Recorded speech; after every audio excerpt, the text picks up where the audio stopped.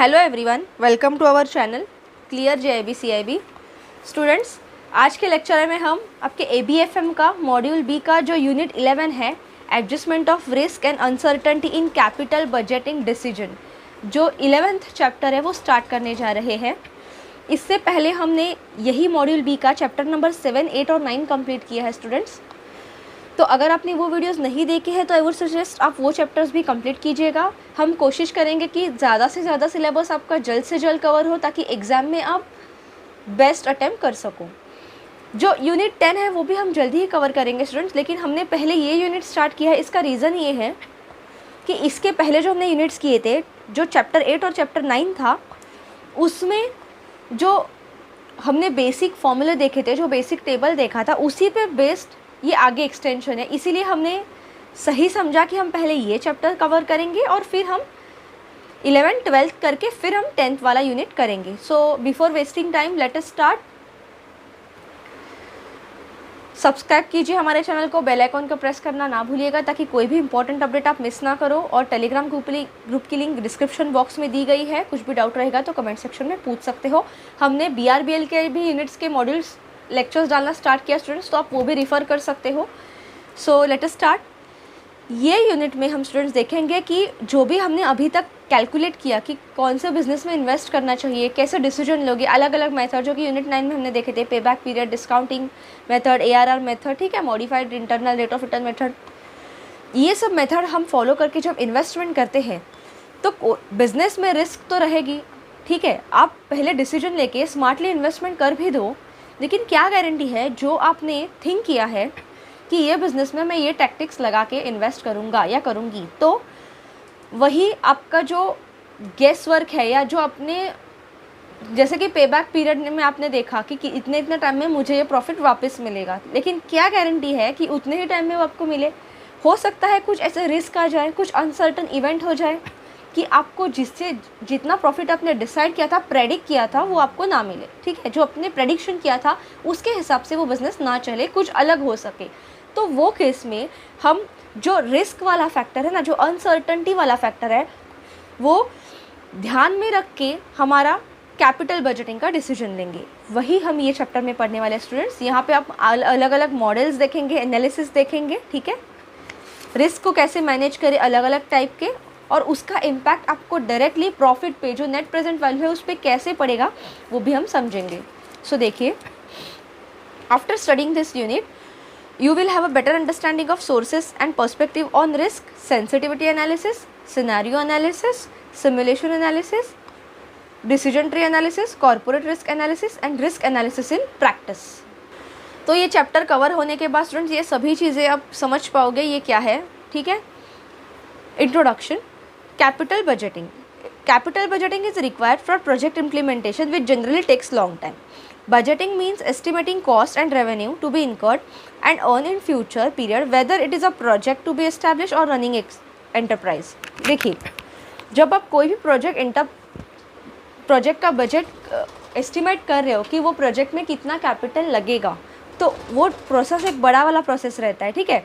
उसमें आपको कितना कॉस्ट इन्वेस्ट करना है, उसमें से कितना रेवेन्यू आपको मिलेगा, फ्यूचर में कितना प्रॉफिट होगा, कितने पीरियड के लिए प्रॉफिट होगा, ठीक है। चाहे वो बिज़नेस स्टार्ट करने वक्त हो या बिज़नेस चालू है, रनिंग मोड में है, उस टाइम में हो, ठीक है। ये एक बहुत बड़ी प्रोसेस है। The word capital budgeting is for new projects generally, ठीक है। तो जो वर्ड है कैपिटल बजटिंग, ये जनरली नए प्रोजेक्ट्स के लिए, जहाँ पे आपको फ्रेश इन्वेस्टमेंट करना पड़ता है वो प्रोजेक्ट चालू करने के लिए, उसमें ये वर्ड यूज़ होता है। Cost include land, plant, labour, materials, engagement of working capital. तो बेसिकली कॉस्ट क्या होता है, जब बिज़नेस चालू करने से पहले आपको इनिशियल इन्वेस्टमेंट करनी होती है ताकि वो बिज़नेस स्टार्ट करे। चाहे उसके लिए लैंड, कुछ कौन सी ज़मीन पे वो आप चालू करोगे बिज़नेस, ठीक है, प्लांट, ठीक है, कौन सी मशीनरी लगेगी, लेबर, ठीक है, कौन से लोग लगेंगे, किस टाइप के आपको वर्क फोर्स लगेगा, मटेरियल, कौन सा मटेरियल आपको चाहिए, रॉ मटेरियल चाहिए क्या, एंगेजमेंट ऑफ वर्किंग कैपिटल, कितना एग्जैक्टली उसमें वर्किंग कैपिटल लगेगा। तो ये सारी चीज़ें थोड़ा टाइम लेते हैं, इसी को हम कॉस्ट कहते हैं, ठीक है। कैपिटल और cash has its own cost depending on time, volume, source including foreign sourcing, ठीक है। तो हर एक बिजनेस का कैपिटल हो, कैश हो, उसका वो डिपेंड करता है कौन से टाइम पे आप वो बिज़नेस स्टार्ट कर रहे हो, क्या वॉल्यूम में आप स्टार्ट कर रहे हो, वो सोर्स क्या है, जैसे कि आप फॉरेन से कुछ चीज़ें मंगा रहे हो क्या, या आप उसे बेचने के लिए जो मार्केट देख रहे हो वो क्या फॉरेन मार्केट भी देख रहे हो, तो ये सभी चीज़ें, ठीक है। Revenue estimating exercise is also not simple where it is dependent on many factors including market behaviour and competition. तो बेसिकली कितना रेवेन्यू लगेगा, ठीक है, बिजनेस में, ये सब चीज़ें डिसाइड करना इट्स नॉट इजी टास्क, ठीक है। ये कई सारी चीज़ों पे डिपेंड रहता है, मार्केट का बिहेवियर कैसा है, मार्केट में क्या कंपटीशन है, ठीक है, मार्केट अभी स्टेबल है या अनस्टेबल है, डाइसी है, वहाँ पे डिमांड है या नहीं वो चीज़ की जिसका आप बिजनेस स्टार्ट कर रहे हो। Each element of cost and revenue therefore possess many questions and uncertainty. तो जब आप एक्चुअली बजटिंग कर रहे हो ना, तो कॉस्ट मतलब कितना आप इन्वेस्ट करोगे और रेवेन्यू कितना आपको उसमें से प्रॉफिट मिलेगा, ये सभी चीज़ें पहले से ही डिसाइड करना बहुत डिफ़िकल्ट है। More over if investment is cross country complications multiply. अगर आप बाहर की कंट्री में बिज़नेस करने जाने वाले हो, बाहर की कंट्री को इन्वॉल्व करके बिज़नेस कर रहे हो, चाहे वहाँ से आप मटेरियल मंगाओ या चाहे वहाँ पे आप एक्सपोर्ट करो, आपका बिज़नेस का आपका जो प्रोडक्ट है आप सेल करने जा रहे हो या सर्विस जो दे रहे हो, तो अगर आप फॉरेन के कंट्री के साथ कर रहे हो तो ऑब्वियसली वहाँ के रूल्स रेगुलेशंस अलग है, वहाँ के डिमांड अलग है, वहाँ के प्राइस, कंपटीशन, एवरीथिंग। तो आपको ये सभी चीज़ें ध्यान में रख के ये बिज़नेस स्टार्ट करना पड़ता है। तो ये जो स्टार्टिंग में सब कॉम्प्लिकेशंस आती है ना, ये डिफ़िकल्ट हो जाती है पहले ही प्रेडिक्ट करना कि ये बिज़नेस से मुझे कितना प्रॉफिट होगा। All these factors increase the intensity and impact of risk on the project which one must consider while preparing capital budget. तो ये सभी चीज़ें, ये सभी ऐसी फैक्टर्स जो कि इंटेंसिटी बढ़ाती है रिस्क की, ठीक है, और ये रिस्क का सीधा सीधा इफेक्ट किस पे जाएगा, आपके प्रोजेक्ट पे, आपके बिजनेस पे। तो इसीलिए ये सभी चीज़ों को स्टार्टिंग में ही कंसिडर करके अगर आप बिजनेस करोगे, कैपिटल बजटिंग करोगे तो आसानी हो जाएगी, ठीक है। तो यही सभी चीज़ें हम आगे देखने वाले हैं, ठीक है। Certain risk like scenario, decisions, break even, situation are stand alone and certain are contextual, ठीक है। तो ये सभी चीज़ें जैसे कि मार्केट रिस्क को, कैपिटल रिस्क को, हमने लास्ट चैप्टर जो लास्ट जेबी हमने एक सब्जेक्ट किया था उसमें हमने टाइप्स ऑफ रिस्क भी देखे थे, ठीक है, अगर आपको याद है, ठीक है। तो ये था इंट्रोडक्शन स्टूडेंट कि कैपिटल बजटिंग होता क्या है। अभी देखेंगे कि सोर्सेज क्या है एंड पर्सपेक्टिव ऑन रिस्क। तो कहाँ कहाँ से रिस्क हो सकती है, ऐसे कौन से सोर्स है जहाँ से एक्चुअली आपके बिजनेस को रिस्क पजेस हो सकती है, ठीक है।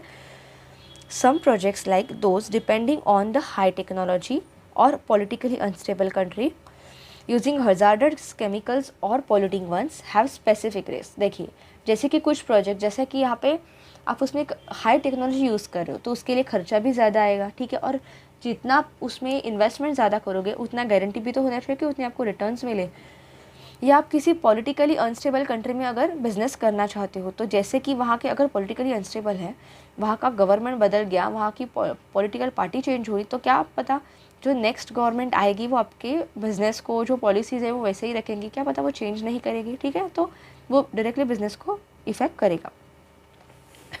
यूजिंग हजार्डस केमिकल्स और पोल्यूटिंग वंस, जैसे कि अगर आप हजार्डस केमिकल्स आपका ऐसा कोई बिजनेस है जिसमें हजार्डस केमिकल्स यूज़ होते हैं, ठीक है, पोल्यूशन क्रिएट हो रहा है, तो आज नहीं तो कल एनवायरनमेंट का जो मिनिस्ट्री है, एनवायरनमेंट के डिपार्टमेंट से आपको नोटिस आ जाएगी कि आपके बिज़नेस की वजह से एनवायरनमेंट में बहुत बैड इफेक्ट पड़ रहा है, तो इसे बंद कर दो या इसके लिए कुछ सोल्यूशन ढूंढो। तो अगर पोल्यूशन फ्री करना है तो उसके लिए और आपको एक्स्ट्रा मशीनरी और टेक्नोलॉजीज लानी पड़ेगी जिसमें आप के बिजनेस ने पोल्यूशन नहीं करना चाहिए। तो ये सभी चीज़ें अलग अलग टाइप की रिस्क पजेस करती है।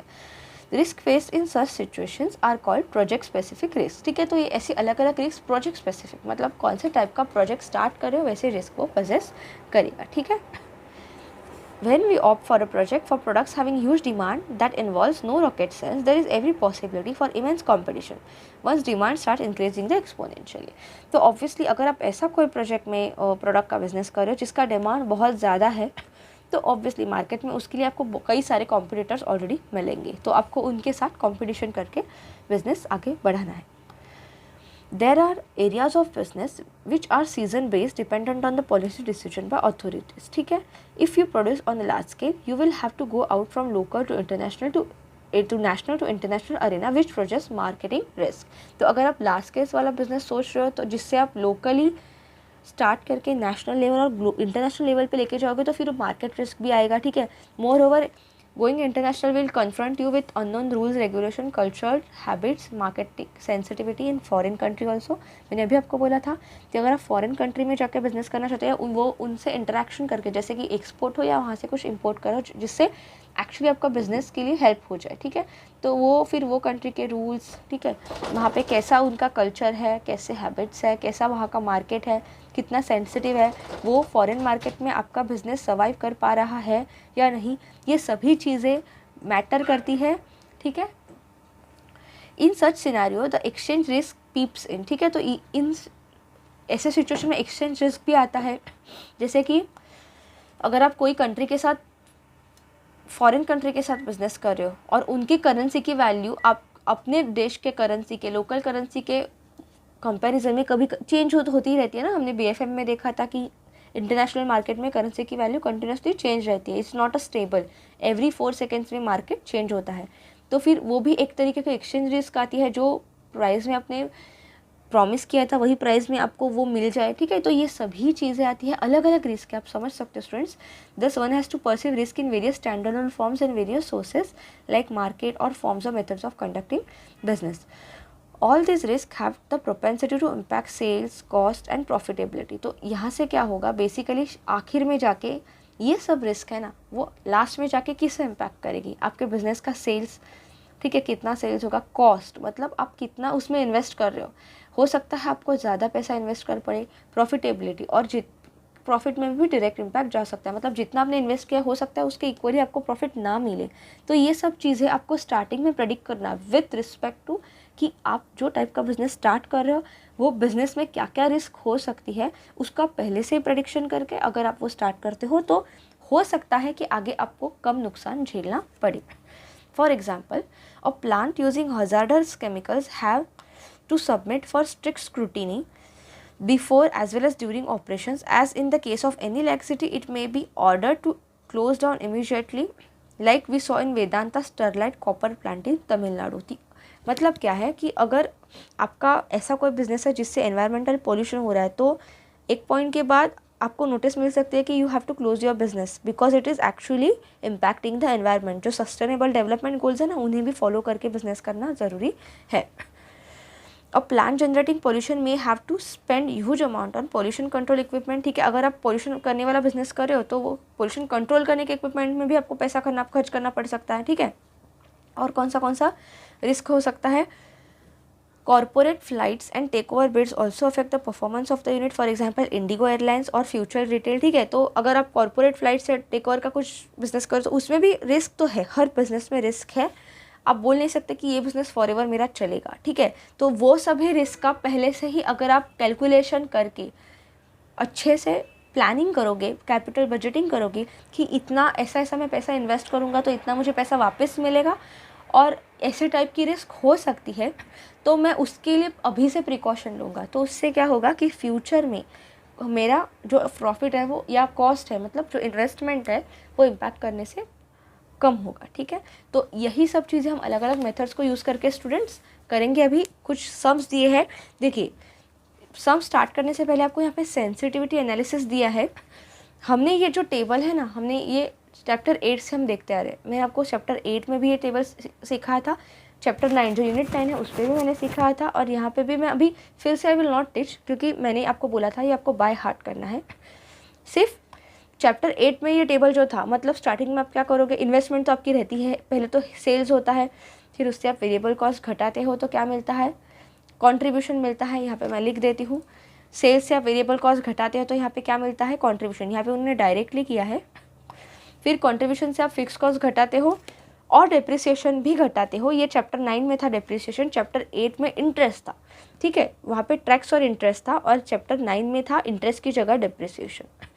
तो कंट्रीब्यूशन से फिक्स कॉस्ट घटाते हो, डेप्रिसिएशन घटाते हो तो क्या मिलता है, प्रॉफिट बिफोर टैक्स। फिर प्रॉफिट बिफोर टैक्स से आप टैक्स सब्ट्रैक्ट करते हो तो मिलता है प्रॉफिट आफ्टर टैक्स, और प्रॉफिट आफ्टर टैक्स में आप फिर से डेप्रिसिएशन ऐड करते हो। यहाँ पे उन्होंने बोला नहीं है लेकिन it is like that only, ठीक है। यहाँ पे आप फिर डेप्रिसिएशन ऐड करोगे तो यहाँ पे जो आपको फाइनल वैल्यू मिलेगी वो रहेगा आपका कैश फ्लो फ्रॉम ऑपरेशंस, ठीक है। तो ऑपरेशन से आपका कैसा कैश फ्लो होगा, ठीक है, आपका फाइनल ईयरली प्रॉफिट क्या होगा, ये रहता है ये फाइनल वैल्यू, और फिर उसका ये 1 साल का मिलता है।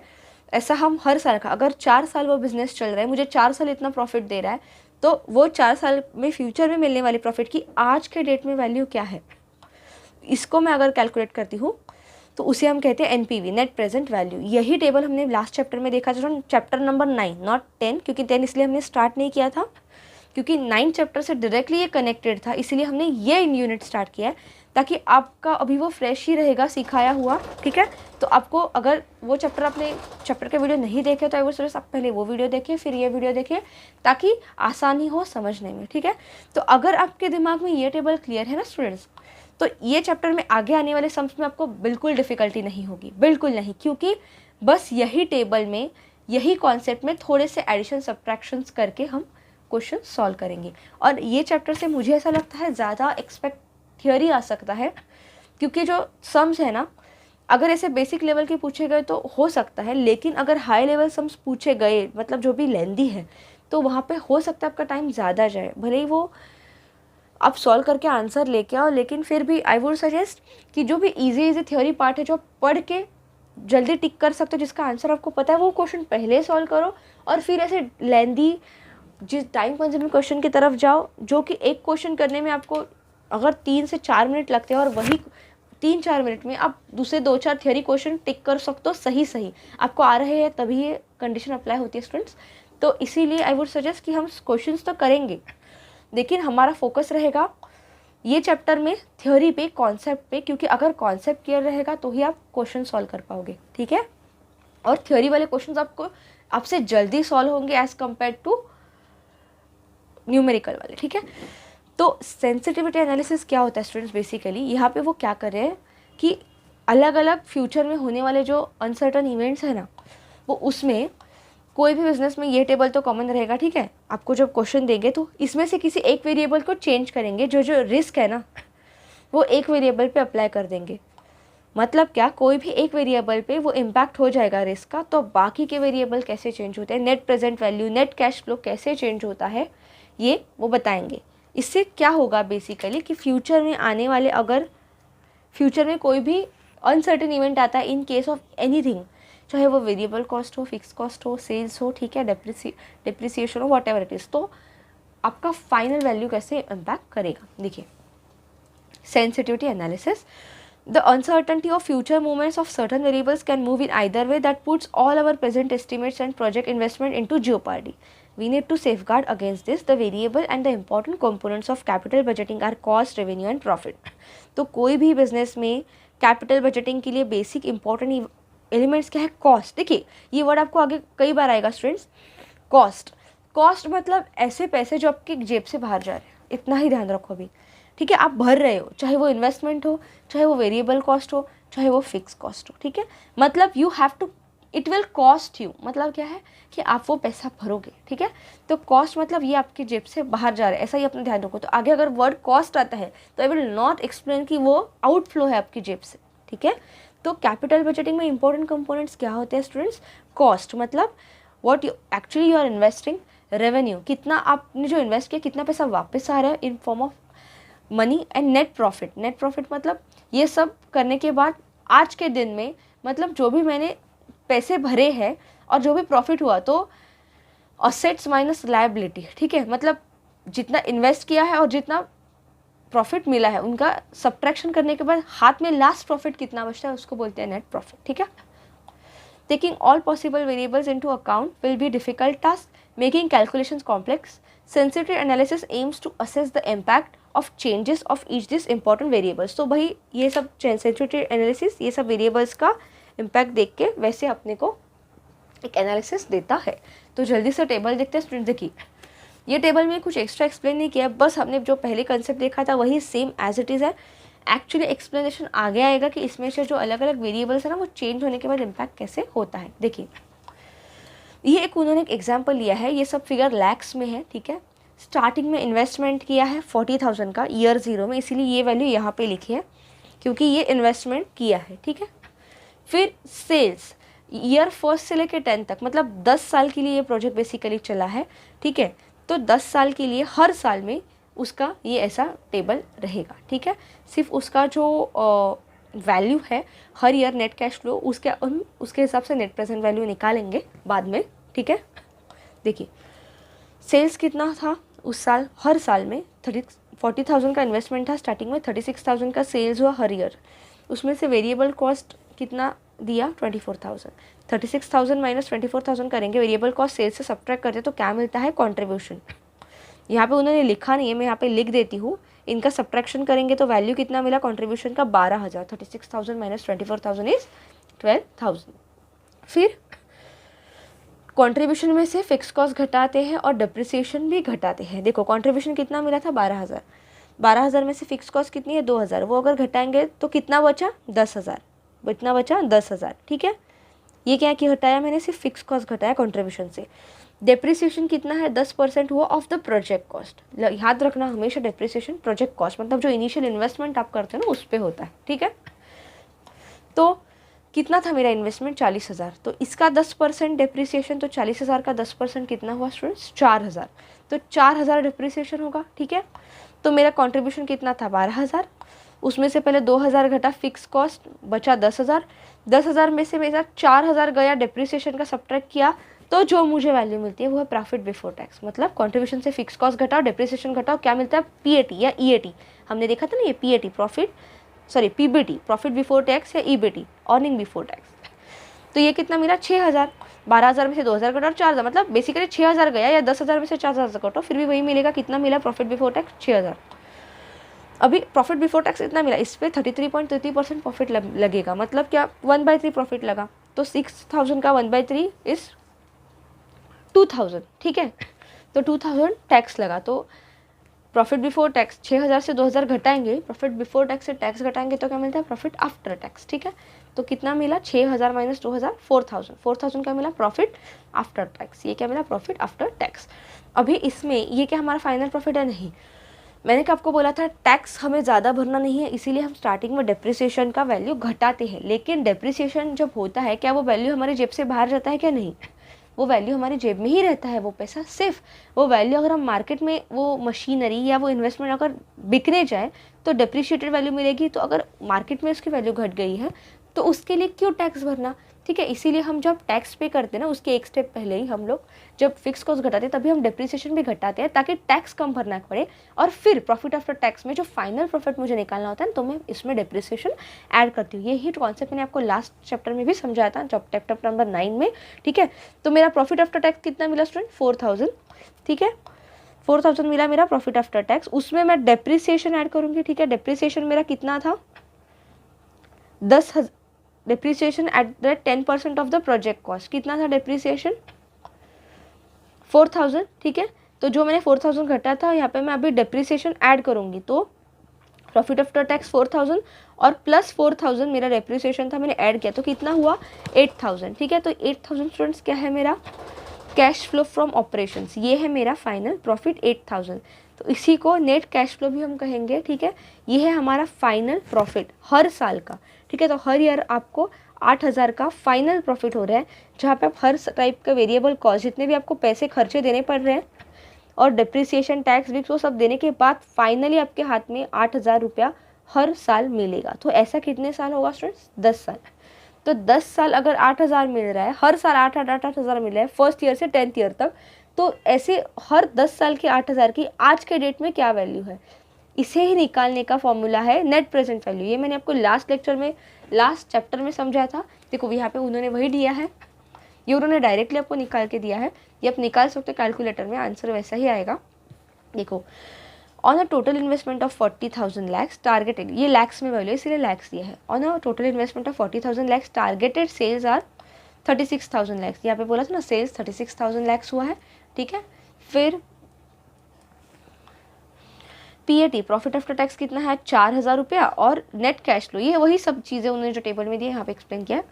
बस आपको इतना देखना है कि जो नेट कैश फ्लो स्टूडेंट्स है वो कितना है 8,000 लाख रुपीज़, ठीक है। 8,000 लाख है नेट कैश फ्लो हर साल का, ठीक है। तो considering the discounting rate of 12%, discounting rate मतलब क्या कि ये जो आपको पैसा आपको 10 साल 8,000 रुपया हर ईयरली मिलेगा, तो इसका अगर हम नेट प्रेजेंट वैल्यू निकालना है तो जो वैल्यू लगती है ना डिस्काउंटिंग रेट ऑफ रिटर्न वो है 12%। तो 12 साल से वो जो नेट प्रेजेंट वैल्यू का फॉर्मूला क्या बनेगा students, 1/1 plus r raise to n ना, तो आर की वैल्यू तो 12% है, तो 12% से ये कितना बनेगा 1/0.12 रेस टू एन, मतलब जो ईयर का आपको प्रॉफिट का प्रेजेंट वैल्यू चाहिए उसको वो मल्टीप्लाई कर दो, तो ये प्रेजेंट वैल्यू फैक्टर क्या बनेगा 1/1.12, ठीक है, रेस टू एन, मतलब जो ईयर का चाहिए वो ईयर का कैलकुलेटर में निकाल दो और उसको हर साल में 8000 से मल्टीप्लाई करो। तो ऐसा 10 साल के लिए किया, तो ये सब उन्होंने ऑलरेडी कैलकुलेशन करके रखा है स्टूडेंट्स, अगर आप चाहिए तो आप एक कैलकुलेटर में कर सकते हो। तो ये सब करने के बाद वैल्यू आती है 5200 लाख रुपीज़, तो 5200 लाख रुपए वैल्यू आई नेट प्रेजेंट वैल्यू आज के डेट में, ठीक है। ये सभी प्रॉफिट जो मुझे फ्यूचर में मिल रहा है उसका मैंने आज के डेट का वैल्यू निकाला और उसमें से मैंने इन्वेस्टमेंट सब्ट्रैक्ट किया। तो आपने पहले देखा होगा नेट प्रेजेंट वैल्यू का फॉर्मूला क्या है, ठीक है, total net cash inflow, present value of net cash inflow minus investment. तो आज के डेट में मुझे इतना प्रॉफिट हो रहा है, नेट प्रेजेंट वैल्यू इतना मेरे हाथ में बच रहा है। This is a normal scenario without getting risk in arising any uncertain situation. तो ये हमने कौन सा सिचुएशन देखा स्टूडेंट, जहाँ पे कोई भी रिस्क नहीं, अनसर्टन सिचुएशन है, ठीक है, कोई भी रिस्क नहीं है। Now if we consider the best and the worst scenario in the case of investment, sales, variable cost and fixed cost, the results will give you a surprise। तो अब इसी सिचुएशन में अगर हम हर एक जो यहाँ पे वैल्यू दी है ना, चाहे वो सेल्स हो, इन्वेस्टमेंट हो, सेल्स हो, वेरिएबल कॉस्ट हो, फिक्स कॉस्ट हो, कुछ इसमें एडवर्स इवेंट आया और इसकी वैल्यू अगर चेंज हुए तो कैसा ड्रास्टिकली आपका अदर वेरिएबल्स चेंज होते हैं, ये हम आगे देखेंगे, ठीक है। और इसी को कहते हैं रिस्क एनालिसिस, ठीक है, adjustment of risk and uncertain events in capital budgeting. ऐसे पाया गया जब उन्होंने कैलकुलेशन किया, ठीक है, तो क्या पाया गया, table B shows that in the worst scenario if investment cost goes up to 48,000 lakh, तो स्टार्टिंग में आपने इन्वेस्टमेंट कितना किया था 40,000 लाख, लेकिन अगर 48,000 लाख तक गया आपका इन्वेस्टमेंट, तो वो केस में आपका जो नेट प्रेजेंट वैल्यू है, net present value nose dives to -1300, that is negative. तो जो अभी नेट प्रेजेंट वैल्यू मुझे 5200 लाख मिल रहा था वो अभी मुझे -1300 मिलेगा, मतलब इतना नीचे गया अगर मेरा इन्वेस्टमेंट बढ़ा 8000 लाख से।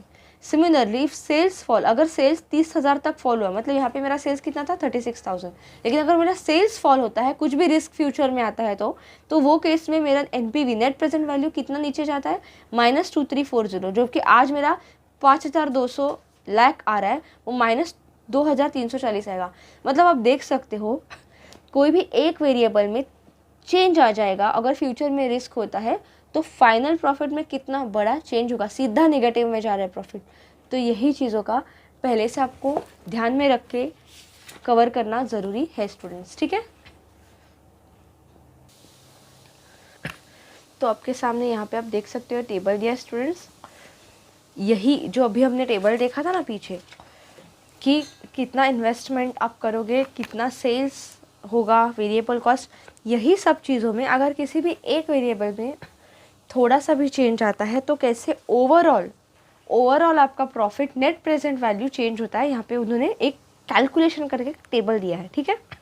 देखिए इसमें बीच में जो ये है, पीछे भी यहाँ पे की वेरिएबल दिया है investment, sales, variable cost as percentage of sales and fix cost. बीच में जो दिया है वो क्या है, रेंज की, ये वेरिएबल्स की ये रेंज में आपने पैसे डाले हैं या ये वेरिएबल इतना रेंज में चेंज हुआ है। और ये लास्ट वाला टेबल है, उसमें क्या दिया है कि ये रेंज में अगर चेंज होता है तो नेट प्रेजेंट वैल्यू कैसे अफेक्ट करती है, ये लास्ट में दिया है। देखते हैं, ये सिर्फ आपको समझना है स्टूडेंट्स, ये ऐसा एग्जाम में नहीं आएगा। हाँ अगर पूछा जाएगा तो आपको थोड़ा कैलकुलेशन करना पड़ेगा, लेकिन यहाँ पे आप अभी सिर्फ फोकस करो कॉन्सेप्ट पे। कैलकुलेशन करना डिफ़िकल्ट नहीं है, लेकिन प्रॉब्लम होता है कब, जब आपको कॉन्सेप्ट ही नहीं पता है। अगर आपको पता ही नहीं है फॉर्मूला क्या है तो आप कैलकुलेशन देख के करोगे क्या, ठीक है। तो आई वुड सजेस्ट पहले कॉन्सेप्ट क्लियर करो, मेथड समझो, कैसे क्या करना है, किससे क्या सब्ट्रैक्ट करना है, किसमें क्या ऐड करना है, क्या सीरियल सीक्वेंस में हम सॉल्व करेंगे। ये एक बार आपके दिमाग में बैठ गया ना स्टूडेंट्स, तो कोई भी क्वेश्चन आपके सामने आने दो, आप करोगे, ठीक है। देखो पहला वेरिएबल दिया है इन्वेस्टमेंट, अगर देखो बीच में दिया है एक्सपेक्टेड, मतलब एक्चुअली आपने जो अभी सम क्वेश्चन सॉल्व किया था एक्चुअल में इतना आपने किया था एक्सपेक्टेड इन्वेस्टमेंट। पेसिमिस्टिक मतलब कुछ भी अगर उसमें नेगेटिव इम्पैक्ट होता है तो, और ऑप्टिमिस्टिक मतलब कोई भी पॉजिटिव इम्पैक्ट होता है। देखो अगर रिस्क भी फ्यूचर में अगर बिजनेस को रिस्क होती है तो हो सकता है कुछ पॉजिटिव इवेंट भी हो जाए, ठीक है, कुछ अच्छा भी हो जाए ताकि जिससे आपके बिजनेस को और ग्रोथ मिले। तो ये सभी चीज़ों का यहाँ पे एनालिसिस किया है। देखो जो कि हमने अभी क्वेश्चन में कितना दिया था, इन्वेस्टमेंट किया था 40,000, तो अपना एनपीवी कितना था एक्सपेक्टेड में, 40,000 इन्वेस्टमेंट में एनपीवी कितना एक्सपेक्टेड था 5,200, ठीक है। तो अगर इसमें नेगेटिव क्या होगा, देखो ये आगे बढ़ने से पहले ना मुझे एक बात आपको क्लियर करनी है क्योंकि ये आपको आगे कन्फ्यूजन हो सकता है।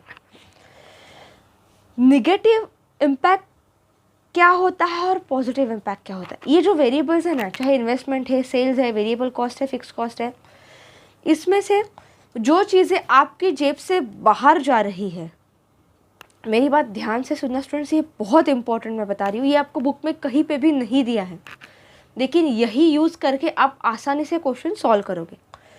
जो जो वेरिएबल्स है, ठीक है, मैं यहाँ यहीं पे बताती हूँ, यहाँ पे सिर्फ 4 दिए हैं। जो जो वेरिएबल्स इसमें से आपके जेब से बाहर जा रहे हैं, जैसे कि इन्वेस्टमेंट क्या है, आउटफ्लो है ना, एक तरीके का कॉस्ट है, इट विल कॉस्ट यू, मतलब आपके जेब से वो पैसा बाहर जा रहा है। फिर वेरिएबल कॉस्ट है, वेरिएबल कॉस्ट में क्या है, जैसे कि इलेक्ट्रिसिटी भर रहे हो, अलग अलग तरीके का कॉस्ट आपको अलग अलग महीने में, अलग अलग साल में वो डिफरेंट देना पड़ता है, लेकिन वो आपको देना ही पड़ता है, तो ये भी आपकी जेब से बाहर जाने वाला चीज़ है। फिर फिक्स कॉस्ट क्या है, फिक्स कॉस्ट जो आपको हर साल देना पड़ रहा है, जैसे कि रेंट है, जैसे कि कुछ ऐसा फिक्स कॉस्ट है, ठीक है। फिर टैक्स है, टैक्स क्या है, टैक्स भी आप भर रहे हो तो आपकी जेब से बाहर जा रहे हैं, ठीक है। तो ये सब चीज़ें हैं ना जो कि आप जेब से भर रहे हो, ये चीज़ों में नेगेटिव इम्पैक्ट होता है तो क्या होता है, ये चीज़ें बढ़ती हैं। मतलब जो चीज़ें आपकी जेब से बाहर जा रही है और अगर नेगेटिव इवेंट होता है तो वो चीज़ें आपको और ज़्यादा क्वांटिटी में देनी पड़ेगी, तभी तो आपके बिजनेस में वो नेगेटिव इम्पैक्ट करेगा। Are you getting? अगर मैं आज 40,000 इन्वेस्टमेंट कर रही हूँ और कल अगर मुझे 50,000 इन्वेस्टमेंट करना पड़े या 48,000 जो भी पीछे आपको दिया था इन्वेस्टमेंट करना पड़े, तो मेरा 40,000 इन्वेस्टमेंट करना अच्छा है या 48,000 इन्वेस्टमेंट करना अच्छा है? ऑब्वियसली 40,000, क्योंकि मैं क्या सोचूंगी कि मैं कम से कम पैसा इन्वेस्ट करूँ और ज़्यादा से ज़्यादा प्रॉफिट अर्न करूँ ना। अगर मेरा इन्वेस्टमेंट बढ़ रहा है और मुझे पता नहीं प्रॉफिट कितना होने वाला है तो ये बुरी चीज़ है ना। सिमिलरली अगर मैं जो कॉस्ट बिजनेस के लिए दे रही हूँ, अगर मुझे वो ज़्यादा भरनी पड़े, अगर इलेक्ट्रिसिटी बिल ज़्यादा आता है, लाइट बिल, तो वो मेरे बिज़नेस के लिए बुरा है ना, क्योंकि वो मैं मेरे प्रॉफिट से निकाल के दूंगी। फिक्स कॉस्ट अगर मेरे लिए बढ़ता है, मतलब निगेटिव इम्पैक्ट क्या, जब रिस्क होता है, जब एडवर्स इम्पैक्ट होता है, तो ये जो वेरिएबल है ना, investment, variable cost, fix cost, ठीक है, टैक्स, ये सब चीज़ें बढ़ती है। ये सब चीज़ें मुझे ज़्यादा क्वांटिटी में पे करनी पड़ती है, तभी वो चीज़ मेरे लिए नेगेटिव होगी। और जो चीज़ें मेरे बिजनेस में आ रही है, इनफ्लो है, चाहे वो सेल्स हो, चाहे वो प्रॉफिट हो, फाइनल प्रॉफिट हो, ठीक है, तो रेवेन्यू हो, ठीक है, तो जो चीज़ें मेरे बिजनेस में इनकमिंग है, मतलब मुझे मेरे जेब में वो पैसा आ रहा है, तो वो केस में अगर नेगेटिव इम्पैक्ट होता है तो वो चीज़ें मेरी जेब में कम आएंगी, वो चीज़ें मुझे कम मिलेंगी, तभी तो मैं बोल सकती कि मेरे बिजनेस के लिए बुरा हुआ। मतलब अगर आज मेरा final profit, final cash flow 8,000 है और कल उठ के मेरे बिजनेस में रिस्क आया, तो इसका मतलब क्या है, जो मुझे प्रॉफिट मिल रहा है वो कम हुआ ना, 8,000 से हो सकता है 6,000 हो। या आज मेरा सेल्स 36,000 हो रहा है और कल अगर मेरा बिजनेस एडवर्सली इम्पैक्ट हुआ, कुछ बुरा हुआ, अनसर्टन इवेंट हुआ, तो हो सकता है ये सेल्स कम हो जाए। तो अगर ये सेल 36,000 से 40,000 हुए तो अच्छा है, कि 30,000 हुए तो अच्छा है, 40,000 हुए तो ही अच्छा है ना। मतलब जो चीज़, जो वेरिएबल मुझे मिल रहा है, ठीक है, जो पैसा मेरे जेब में इनकमिंग है, वो जब एडवर्स इवेंट होता है तो वो कम हो जाता है, मतलब वो मुझे कम मिलता है। और जो भी पैसा आउट गोइंग है, ठीक है, जो भी इन्वेस्टमेंट है, कॉस्ट जो मुझे देने पड़ रहे हैं, अगर एडवर्स इवेंट होता है तो वो चीज़ें ज़्यादा देनी पड़ेंगी, क्योंकि वही तो केस होगा ना कि मेरा बिजनेस एडवर्सली अफेक्ट करेगा। एडवर्सली अफेक्ट कब करेगा? जो मुझे पैसा डालना पड़ रहा है वो ज़्यादा डालना पड़ सकता है, या जो मुझे प्रॉफिट हो रहा है, जो मुझे रेवेन्यू हो रहा है वो कम मिल सकता है। वही तो चीज़ एडवर्स हुई। इसी को हम कहते हैं सेंसिटिविटी एनालिसिस। तो यही चीज़ यहाँ पे हम देखेंगे कि जब आप इन्वेस्टमेंट का चीज़ देखोगे स्टूडेंट, तो 40,000 तो नॉर्मल केस में था। तो पैसा इन्वेस्टमेंट मतलब मैं क्या कर रही हूँ, मेरे जेब से बाहर जा रहा है। तो जब निगेटिव इम्पैक्ट होगा, पेसिमिस्टिक निगेटिव इवेंट होगा, तो मुझे इन्वेस्टमेंट ज़्यादा करना पड़ेगा कि कम? ऑब्वियसली ज़्यादा, मतलब मेरे जेब से ज़्यादा पैसा बाहर जा रहा है, तभी तो वो चीज़ मेरे बिजनेस के लिए अच्छी नहीं है। तो वो केस में पेसिमिस्टिक मतलब निगेटिव में मेरा इन्वेस्टमेंट का वैल्यू बढ़ा, और पॉजिटिव केस में मेरा इन्वेस्टमेंट का वैल्यू कम हुआ, मतलब मुझे कम इन्वेस्ट करना पड़ रहा है। तो ये मेरे लिए भी अच्छा ही बात है, एक तरीके का मेरा सेविंग ही हो रहा है ना, अगर मैं कम पैसा डाल रही हूँ। तो पेसिमिस्टिक में एनपीवी वैल्यू क्या हो रहा है, देखो पहले 5,200 था, तो निगेटिव में अगर मैं 48,000 इन्वेस्ट कर रही हूँ तो मेरा एनपीवी कितना हो रहा है, -1300। ये सीधा सीधा निगेटिव में गया। और अगर मेरा बिजनेस में मेरा इन्वेस्टमेंट कम हो रहा है, 36,000 इन्वेस्ट कर रही हूँ, तो मेरा एनपीवी सीधा बढ़ रहा है 8,440 हो रहा है, जो 5,200 था। मतलब क्या है कि जो मेरे जेब से बाहर जा रहा था पैसा, वो अगर नेगेटिव होता है तो वो बढ़ा तो यह मेरा एनपीवी ऐसा अफेक्ट हुआ, कम हुआ तो ऐसा हुआ, पॉजिटिव हुआ तो ऐसा हुआ। नेक्स्ट देखते हैं सेल्स। देखो नहीं तो पहले काम करते हैं, जो आउटगोइंग वाले वेरिएबल वो पहले करते हैं, फिर सेल्स जो इनकमिंग जो है आपके पैसा जेब में, वो बाद में देखते हैं। फिर नेक्स्ट कौन सा वेरिएबल है, variable cost as a percentage of sales. देखो वेरिएबल कॉस्ट मतलब वही आप पैसा भर रहे हो। पहले केस में वेरिएबल कॉस्ट कितनी थी, 66.67 थी। तो वो केस में कितना एनपीवी था, 5,200। देखो वेरिएबल कॉस्ट कितनी थी, 24,000 ना, 24,000 36,000 की कितना परसेंटेज, 66.66। वही उन्होंने यहाँ पे परसेंटेज में दिया है। तो 66.67 था, तो मेरा नेट प्रेजेंट वैल्यू वही था 5,200। सब वेरिएबल नॉर्मल रेंज में यही नेट प्रेजेंट वैल्यू दे रहे थे। जब मेरा पेसिमिस्टिक मतलब कुछ निगेटिव इम्पैक्ट हुआ, तो मेरे को वेरिएबल कॉस्ट ज़्यादा देना पड़ा, ठीक है। तो 66% से कितना भरा मैंने, 70। तो 70 मतलब एक्स्ट्रा मैंने भरा निगेटिव में, तो मेरा नेट प्रेजेंट वैल्यू कितना नीचे गया, देखो 5,200 से सीधा गया 680 में। और अगर मेरा पॉजिटिव इम्पैक्ट होता है ऑप्टिमिस्टिक केस में, तो वेरिएबल कॉस्ट 66 से अगर मैं 65 भर रही हूँ, तो देखो एनपीवी कितना जल्दी ज़्यादा बढ़ा, 7,460 रुपये हुआ 5,200 से सीधा। सिमिलरली आप फिक्स कॉस्ट में भी देख सकते हो, पहले फिक्स कॉस्ट कितना था, 2,000। देख सकते हो ना, ये टेबल से ही वैल्यू उठाई है उन्होंने, कुछ अलग नहीं किया है। और टेबल में अगर आपको इतना 2,000 मिल रहा था, तो इतना एनपीवी हो रहा है, तो वो केस में कितना होगा, ठीक है। यहाँ पे एनपीवी उन्होंने नीचे कैलकुलेट किया था ना, देखो 5,200 किया था ना, तो वो वही कर रहे हैं कि सेम ये वेरिएबल लेकर अगर आपको इतना एनपीवी मिल रहा है 5,200, तो इनमें से कोई भी एक वेरिएबल चेंज होता है और बाकी कैलकुलेशन सेम रहेगा, तो वो केस में ये एनपीवी कितना मिलेगा। यही सब चीज़ें हम पीछे भी कर रहे हैं टेबल में, ठीक है। बाकी कुछ नहीं है, मैं ओरली ये मैं क्यों बता रही हूँ, क्योंकि ये सिर्फ कॉन्सेप्चुअल है, इसमें कुछ हार्ड एंड फास्ट सम नहीं है अभी, ठीक है। तो फिक्स कॉस्ट 2,000 था, तो वो केस में आपको 5,200 मिल रहा था, पीछे टेबल में देखा। तो अगर निगेटिव इवेंट होता है, पेसिमिस्टिक मतलब निगेटिव, तो मेरा वो केस में जॉब से ज़्यादा पैसा जाएगा, इन्वेस्टमेंट बढ़ेगा, ठीक है।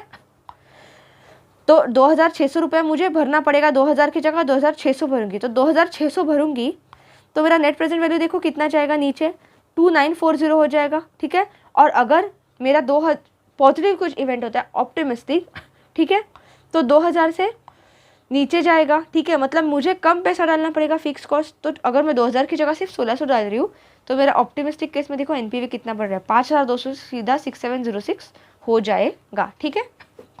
ये इतना बड़ा डाइव करेगा, ठीक है। अभी ये कौन से 3 वेरिएबल स्टूडेंट को मैं लिख जाती हूँ यहाँ पे, ओ मतलब आउट गोइंग, मेरे जेब से ये पैसा बाहर जा रहा है, तो इसीलिए जब कोई निगेटिव इम्पैक्ट होता है तो ये चीज़ें मुझे एक्स्ट्रा पे करनी पड़ती है, तो वही तो निगेटिव हो गया ना। तो कैसे एनपीवी चेंज होता है, अभी देखते हैं सेल्स। सेल्स क्या था, मेरा इनकमिंग मतलब मेरे जेब में ये पैसा आ रहा है ना। तो जब कोई, अभी पहले केस में मेरा सेल्स कितना था, 36,000, आप देख सकते हैं यहाँ पर टेबल में, पहले केस में कितना सेल्स था, 36,000। तो 36,000 था, तो मेरा नेट प्रेजेंट वैल्यू कितना मिला था, 5,200। तो अभी अगर कोई एडवर्स इम्पैक्ट हुआ, कुछ नेगेटिव इम्पैक्ट हुआ, तो पेसिमिस्टिक केस में मेरा सेल्स कम होगा। मैं कब बोल सकती हूँ मेरा बिजनेस खराब हो रहा, मतलब इम्पैक्ट हो गया, रिस्क से एडवर्स अफेक्ट हो गया, जब मुझे जो पैसा अभी सेल्स मेरा ज़्यादा हुआ, तो जब वो सेल्स कम होगा तभी तो मैं बोलूँगी ना कि बिज़नेस मेरा अफेक्ट हुआ। तो मेरा सेल्स कम मतलब 36,000 से अगर मेरा सेल्स 30,000 हुआ तो वो क्या हुआ, निगेटिव इम्पैक्ट। और अगर मेरा सेल्स बढ़ गया 36,000 से 42,000 हुआ तो ये क्या हुआ स्टूडेंट्स, ये एक मेरे बिजनेस के लिए पॉजिटिव चीज़ हुई ना, ये अच्छी चीज़ हुई, ठीक है। तो देखो 36,000 के सेल्स में मुझे 5200 मिल रहा था एनपीवी, जब बुरा वक्त चल रहा था पेसिमिस्टिक केस में 30,000 जब मेरा सेल्स हुआ, ठीक है, तो वो केस में एनपीवी देखो कितना नीचे गया, -2340, मतलब इतना नीचे गया। और जब मेरा सेल्स ऊपर गया मतलब कुछ अच्छा इवेंट हुआ, मेरा प्रॉफिट हुआ, तो 42,000 के सेल्स में देखो एनपीवी कितना ऊपर चला गया, ये ड्रास्टिकली गया है, मतलब 12,800 इज़ द हाईएस्ट एनपीवी। आप अगर ये टेबल में सब देखोगे, देखो सब वेरिएबल्स के हमने पेसिमिस्टिक मतलब नेगेटिव और पॉजिटिव इवेंट कंपेयर किए, तो हल्का हल्का चेंज मिला हमें एनपीवी में, ठीक है, पॉजिटिव मैं बता रही हूँ, निगेटिव का भी और पॉजिटिव का भी।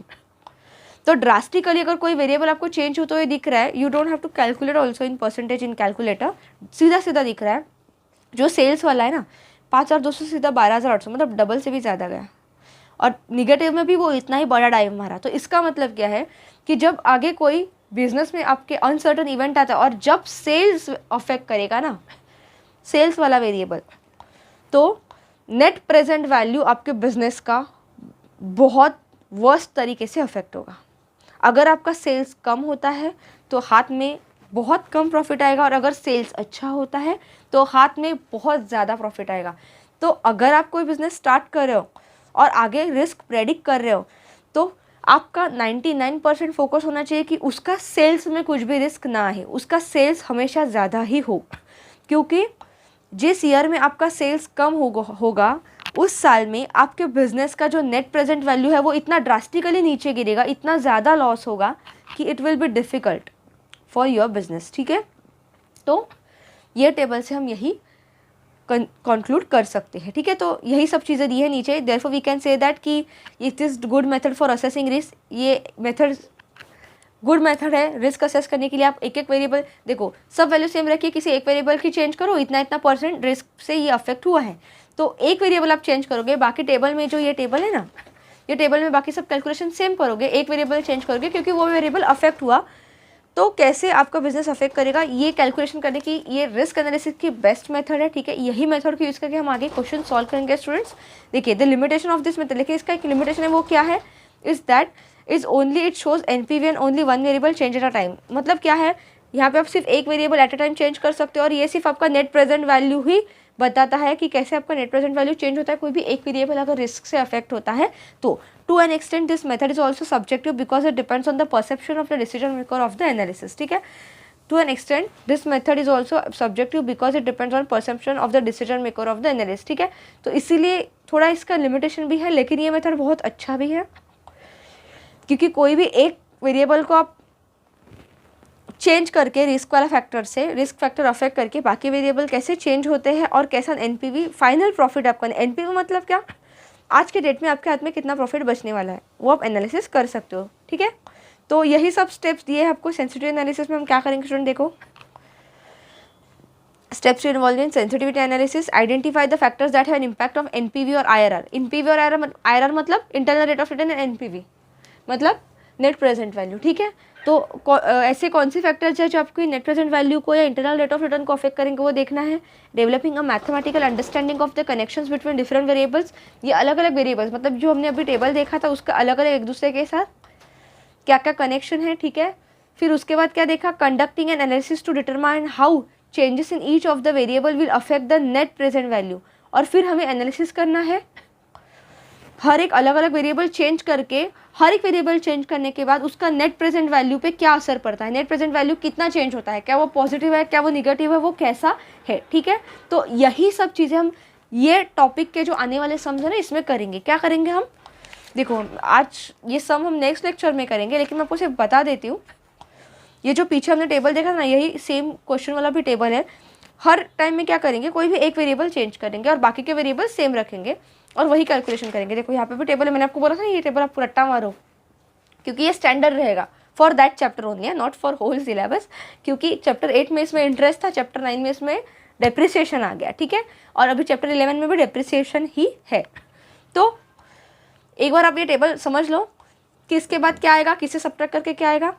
फिर हम करेंगे क्या, टेबल तो सेम ही रहेगा, इसमें से कोई भी एक वेरिएबल अफेक्ट होगा रिस्क से तो उसको चेंज कर देंगे, बाकी वैल्यूज जो भी हमें क्वेश्चन में दिए वही रखेंगे और फिर कैलकुलेशन करेंगे। फाइनली जो नेट प्रेजेंट वैल्यू जो आता है ना इधर, नेट कैश फ्लो, वो ऊपर जाता है नीचे जाता है, वही कैलकुलेशन करके बताएंगे।